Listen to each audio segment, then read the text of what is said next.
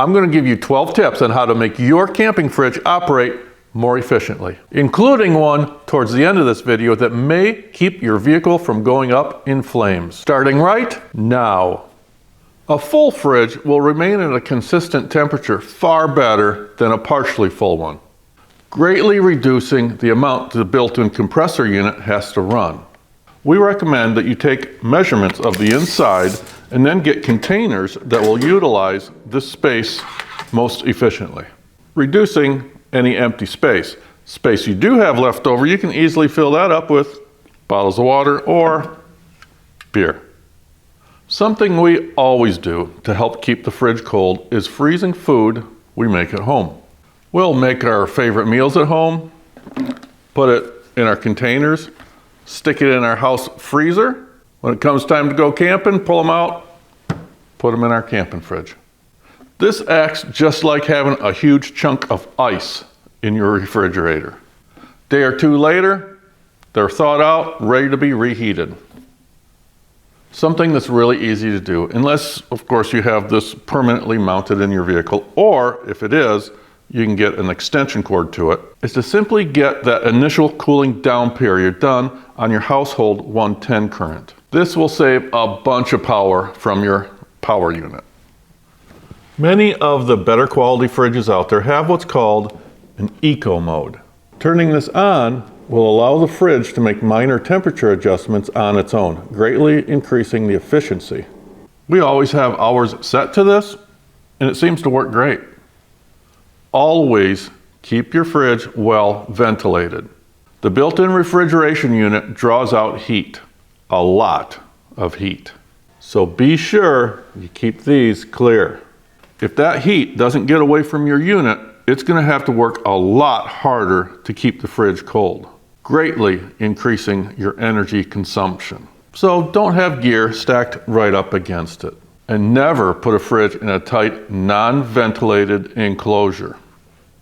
Size the fridge to your particular needs. Too large of a unit will just waste energy and take up valuable cargo space.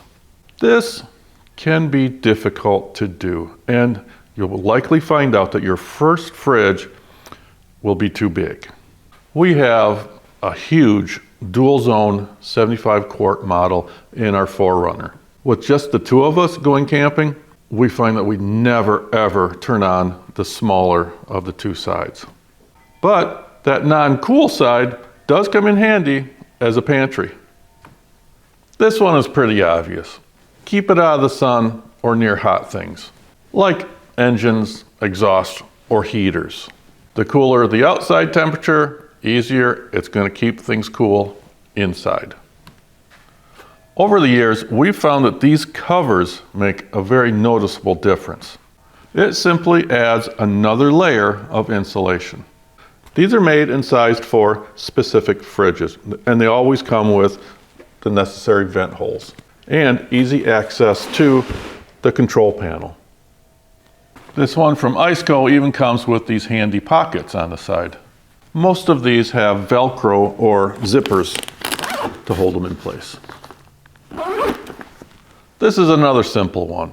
Limit the amount of time you have the lid open. This is just going to let the cold out and the heat in. Arrange the contents inside to allow easy access to those items that you'll be using most, usually on top. And know where everything is inside. So all it takes is quick grab, lid's closed. That's an easy transition into my next tip. Always make certain that the lid is closed. I know this seems very trivial to mention, but it is so easy to accidentally get a jacket or a blanket or a pack strap stuck in here, creating a gap in the seal. It's also very common to have the contents a little too high to where you have to really push down on the lid to close it. And if your fridge doesn't have a positive latch like this one does, it won't take long. First bump, and your lid's going to come open. So just make a habit. Every time you close it, take 2 seconds to make certain that the lid is closed.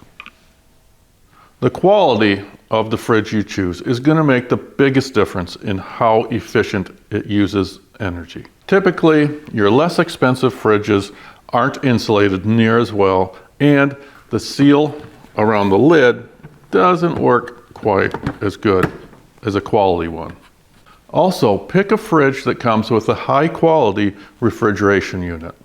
They use the energy more efficiently, they keep the contents at a more consistent temperature, and they have a much longer lifespan. Now, if you're going to only use just one of the tips I've talked about, it needs to be this one. You must have proper wiring between the fridge and its power source. If you don't, best case scenario, you keep blowing fuses. Worst, you'll cause an electrical fire. Now, we've produced a lot of videos on power supplies, either portable power supplies and ones that are permanently mounted in your vehicles. I'll put a link to those down in the video description and probably at the end of this video. What I want to talk about now is the cord in between that power supply and the fridge. This has to be the proper gauge or size. If you try to force too many amps through too small of a wire, think about it as friction. That big bunch of amps trying to go through a little tiny wire will cause friction, and friction causes heat, a lot of heat, and that's how fires start. First thing you want to do is go to your owner's manual of your specific fridge and find out how many max amps it draws when it's running. Next, measure the length of the wire that's going to have to go from your power supply to your fridge. The longer the wire, the thicker it needs to be. Then take those two numbers, the amount of amps and the length of the wire, and plot it into a graph like this that you can easily find online.